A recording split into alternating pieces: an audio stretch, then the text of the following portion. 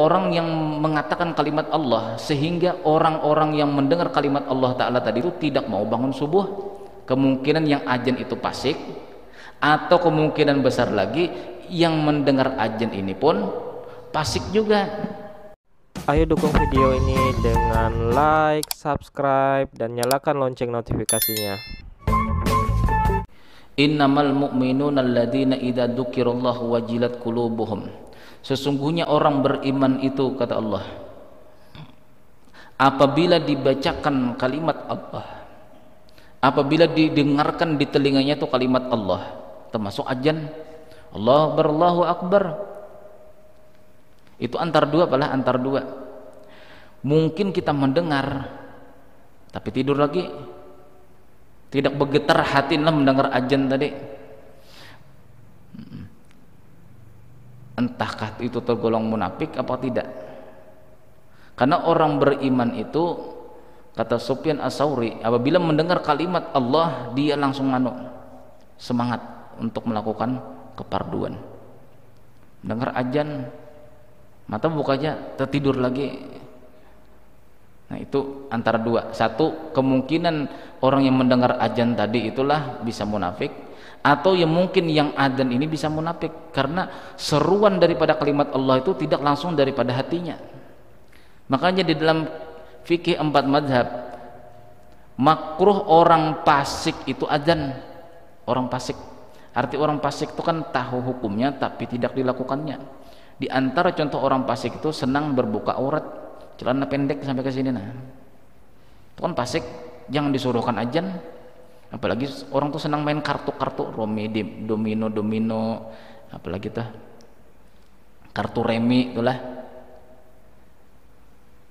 Itu kan cuma permainan. Nah, oleh karena demikian adalah ada fatwa MUI, kita pernah mengikuti. Itu ada fatwa MUI, apabila suatu permainan yang nantinya mengakibatkan itu menjadi judi, jalan untuk judi, maka permainan tersebut adalah permainan yang haram sekalipun tidak pakai uang. Karena apa? Karena di sana ada unsur yang namanya tipu menipu. Kita pasang balok 3, padahal setelah ini tidak ada lagi balok 3 punya kita, lalu orang menutupi balok 3 tadi supaya terpasang yang sesuai dengan kartu kita. Nah, remi-remian sama juga, main remi-remian. Itu ada fatwa MUI, ada fatwa MUI. Saya masih simpan lagi kitabnya, itu ada fatwa MUI. Tahun berapa tuh lupa saya, tahun 90-an. Nah, itu kan kebanyak ulama mengatakan hukumnya haram sekalipun cuma permainan. Karena permainan ini nantinya bosan sudah, pakai jepit jemuran, kalah, pasang. Nanti kelamaan tidak rame juga, coba kita seribuan mulai. Pasang 1000. Anda suruh aja tidak bisa beli makanan jam, apalagi tengah malam ini aja lapar parut, main-main domino tadi sudah 10 ribuan pasang, ujung-ujungnya nanti 100.000. Nah, suatu permainan yang di dalam permainan tersebut ada tipu daya dan bisa untuk menjadikan perjudian dengan permainan tersebut, maka permainan tersebut tuh kata ulama hukumnya haram. Bila haram dikerjakan berarti orang itu fasik, bila fasik hukumnya makruh. Bahkan ada yang mengatakan tidak sah orang itu azan. Nah, jadi ada dua kemungkinan orang yang mengatakan kalimat Allah sehingga orang-orang yang mendengar kalimat Allah Ta'ala tadi itu tidak mau bangun subuh. Kemungkinan yang azan itu fasik, atau kemungkinan besar lagi yang mendengar azan ini pun fasik juga. Kemungkinannya dua.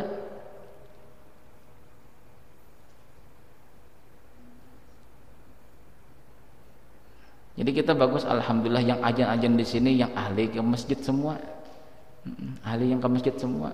Nah, tinggal yang mendengar azan aja lagi.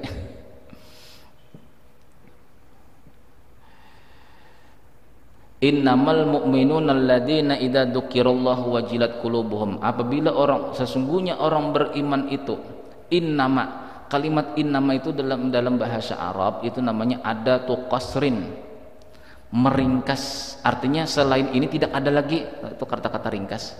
Innamal mu'minun, hanya saja orang beriman itu idza dzukirallah, apabila disebutkan kalimat Allah, wajilat qulubuhum, hati mereka itu bergetar, Wa idza tuliyat alaihim ayatuhu zadatum imana, dan apabila dibacakan ayat-ayat Allah bertambah keimanannya. Wa 'ala rabbihim yatawakkalun, dan kepada Allah taala mereka bertawakal.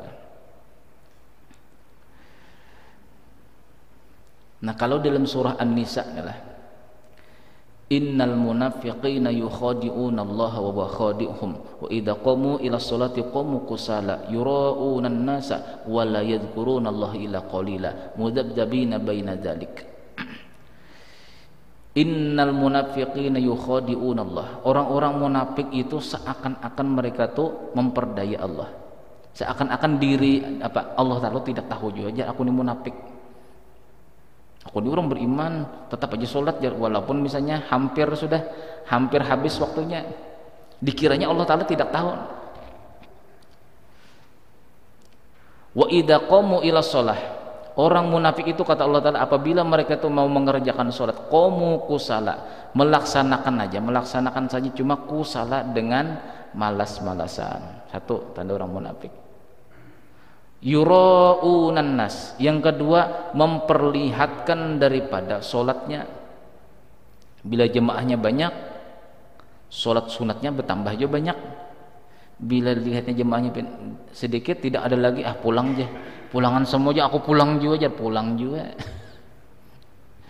Bila banyak orangnya, banyak sholat sunat nih, ikut juga sholat sunat. Bila banyak pulangan, pulang aja di rumah aja mengerjakan. Bila sudah ke rumah tuh tidak mungkin lagi sudah terlaksanakan sholat sunat.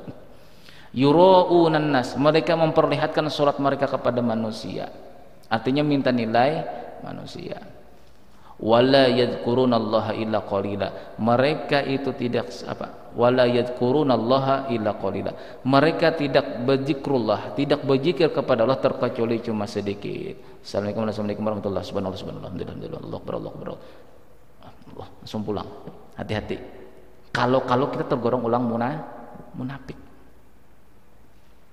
Kenapa wiridan harus panjang? Supaya kita ini bertahan. Karena orang munafik itu di dalam sabda Rasulullah itu tidak mau tahan, tidak mau lama duduk di masjid, tidak mau lama. Itu memang sudah ada tanda-tandanya kemunafikan seseorang itu bila duduk di masjid sebentar aja. Istilahnya tuh yang pardu-pardunya aja, istilahnya subhanallah, alhamdulillah, Allahu akbar, berdoa langsung pulang. Datang paling masbuk, inilah mohon maaf, datang masbuk rakaat terakhir, pulang lebih dahuluan daripada orang. Ini masalah yang seperti ini. Tapi dia tidak merasa dirinya itu sudah tertipu daya menjadi orang munafik.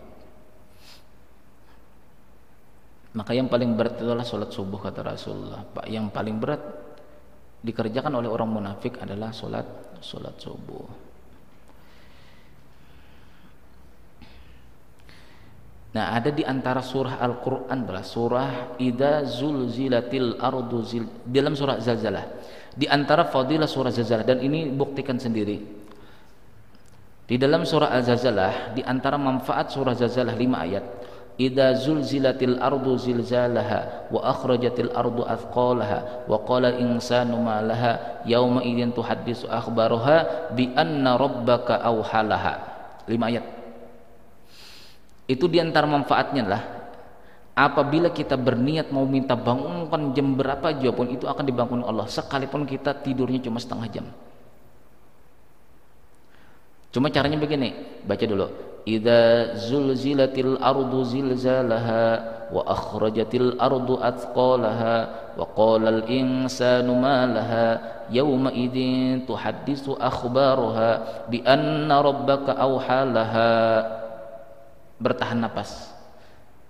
Ya Allah, bangunkanlah jam sekian. Pasti bangun, Pak. Pasti bangun.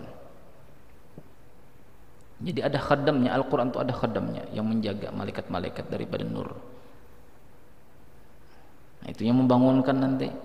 Bila kita bodoki 1 kali 2 kali, nah tidak akan membangunkan laginya, Pak. Bangun, masih bisa lagi, masih lagi tidur, ya tidur aja lagi.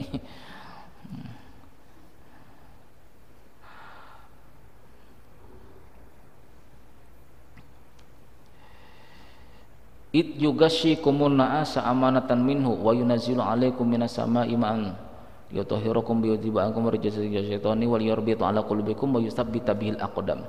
Di dalam surah Al-Anfal ayat 11 itulah. Id yughashshikumun nu'as.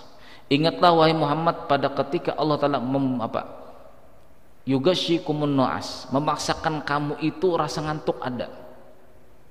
Ini hebatnya Allah Ta'ala itu sebagai rahmat. Ngantuk itu rahmat. Amanatan minhu itu sebagai penenang kamu nantinya kepada Allah beribadah. Makanya beda adalah sholat tahajud dengan sholat qiyamul lail atau beribadah malam.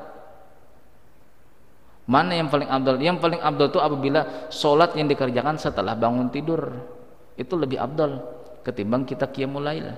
Qiyamul lail itu artinya mulai habis isya tidak tidur, beribadah baru tidur sampai ke subuh. Bagaimana dengan orang tuh tidur dulu, nanti pas pada waktu jam 2 atau jam setengah 3 baru bangun, sekalipun cuma 2 rakaat. Mana yang paling abdal? Yang lebih abdalnya setelah bangun tidur. Kenapa? Amanatan minhu.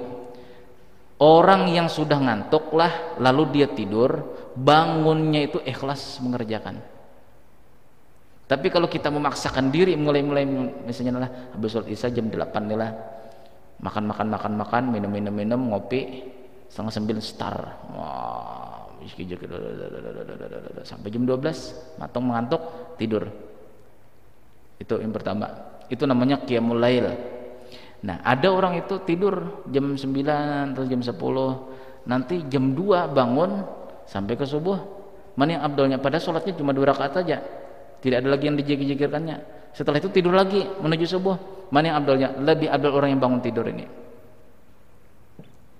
Kenapa? Karena orang yang sudah merasakan rasa ngantuk lalu dia bangun, itu rasa la haula wala quwata illa billah itu ada di sana, Pak. Tapi kalau kita mulai jam 8 atau jam 9 itulah star sudah inilah, berzikir apa aja. Itu seperti ada memaksakan diri hendak beribadah. Setiap ibadah yang apabila dipaksakan itu pasti ada di antaranya tujuan selain daripada Allah. Karena orang beriman tuh beribadah tuh tenang, kayak tenang, bukan dipaksakan. Orang beriman yang beribadah itu adalah beribadahnya tuh dengan tenang, bukan dengan cara dipaksakan. Nah, itu hebatnya Allah Ta'ala tuh. Yughashshikumun nu'asa amanatan minhu wa yunazzilu 'alaikum minas sama. Allah Ta'ala menurunkan daripada langit hujan. Liyutahhirakum. Yang pertama gunanya hujan liyutahhirakum, untuk bersuci kalian. Wajiba angkum rejizas syaitan.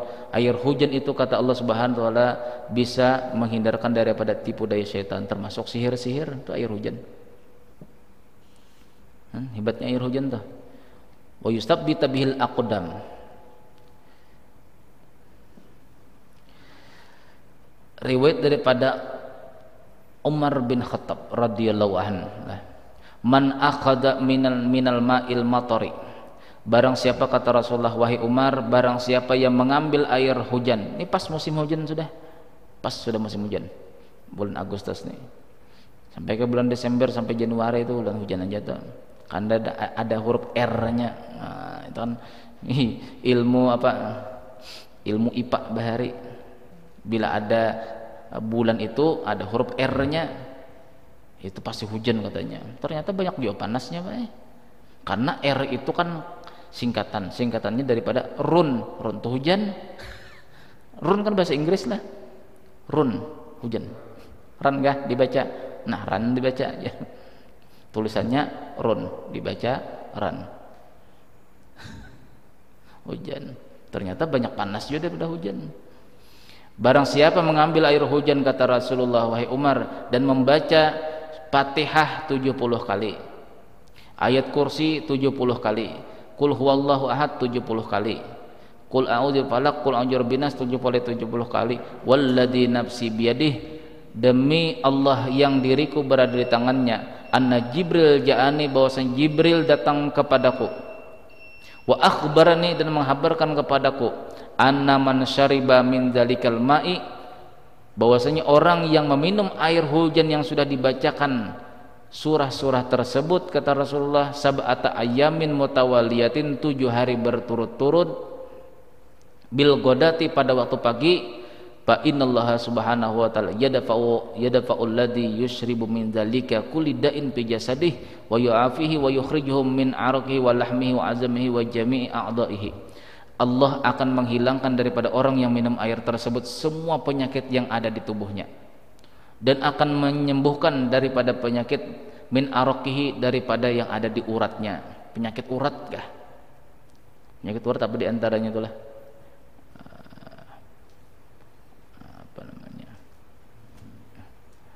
Kanker apa? Kanker darah kah? Walahmihi daripada dagingnya, kulitnya, dagingnya. Wa azamihi daripada tulangnya. Wa jami'i a'dhahi dan seluruh daripada anggota tubuhnya. Tapi air hujan Fatihah 70 kali, ayat kursi 70 kali, qul huwallahu apa? Qul a'udzu huwallahu 70 kali, qul a'udzu falaq 70 kali, qul a'udzu binas 70 kali. 5 surah. Lah 5 surah. Itu diantara fadilah air hujan. Mudah-mudahan ada manfaatnya. Mudah-mudahan Allah Subhanahu wa ta'ala mengampuni semua dosa kita zahir dan batin kita. Mudah-mudahan Allah Subhanahu wa ta'ala memberikan taufik dan hidayah kepada kita, bisa istiqomah di dalam beribadah, dan mudah-mudahan kita bisa mengamalkannya, dan mudah-mudahan dengan berkah kita selalu menuntut ilmu agama, kita dicatat sebagai orang yang mati syahid, dan mudah-mudahan dikumpulkan beserta Rasulullah SAW. Al-Fatihah.